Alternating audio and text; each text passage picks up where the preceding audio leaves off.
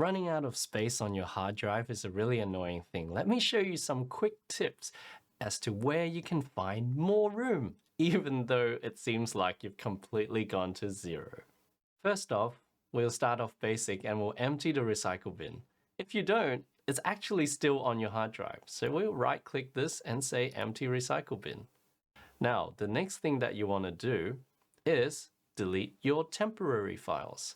You can do this by pressing Window and R together, and that brings up a little run box. Type %, temp %, and that brings up a mini folder for you that shows you the temporary files folder location. Select all of this and then press delete. You can press Ctrl A to select or individually delete everything. Now, if you just press delete, it's all going to go to recycle bin. So if you hold on to Shift and then press delete, it deletes it without going to the recycle bin. If you have files that you can't delete, don't worry, just skip them. And now I've cleared up a whole bunch of stuff as well. I should have a little bit more room now. Outlook PSD file is a huge offender for people who are working because you have years and years of files. If you don't know where to go for that, open up your Outlook, select File, select Info, select Account Settings, then select Data Files, and then select Open File Location on the PST file that you want. That is your giant email.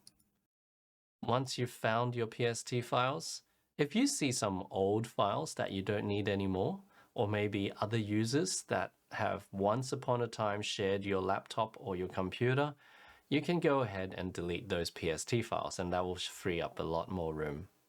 The next one you want to look at is actually in the user profiles.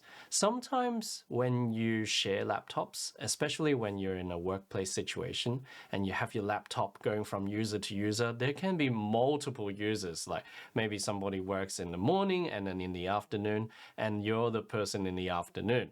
And you just see 2, 3, 4, even 5 user profiles open. Windows takes up that space and uses it as a profile space. So if you go and start and you see multiple users on there, you'll notice that you can actually log them off by doing a restart. And when you restart, it'll ask you, oh, there are other users logged on. Do you want to restart? Just say yes. And that will clear up a lot more space. It's about a gig per user. So if you're desperate for a little bit of space just to save that Word document, that's pretty good already. Now, finally, this one is a little bit advanced, but if you're desperate or you're an IT professional, you can go here and look for this and reduce the file. For laptop users only, you get a hibernation file. Let's dive deeper and have a look. Window R to bring up the shortcut for the command, and we're going to type powerconfig, that is powercfg.cpl. Press enter, and you will get the power options. You can also go through this via settings and then go to power options. Select choose what the power button does. When you're here, you may see that pressing the power button actually doesn't shut down. On a laptop, generally you would see hibernate so that you can start up faster. And this saves a hibernation file in the computer. I personally like to select shutdown because I'm on a desktop, but you can also change this by selecting change settings that are currently unavailable. Now, you will need administrator rights to go ahead and do this, so if you're not an administrator, you might want to talk to your IT. There is an option here to turn off or on fast startup, and that basically actually just hibernates your computer. So when you press the shutdown button, it puts it into hibernation mode. And if you do that a lot, you're not actually restarting your computer. You are actually just hibernating it.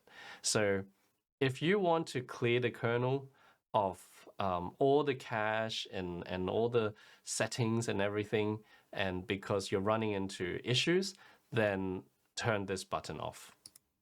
Turn off fast startup. I'm just going to leave it on because it makes no difference to me. After you've selected these options and turned off fast startup, you want to go into the command prompt. Type command, select command prompt, run as administrator by right-clicking it, and then select run as administrator.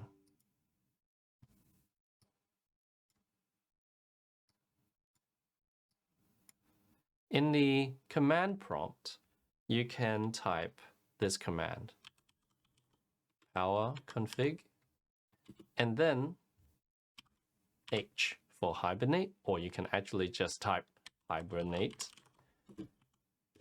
And then /?, and that'll bring up some options for you to choose. You'll notice that you can turn hibernation off. If that's what you wanted to, go ahead.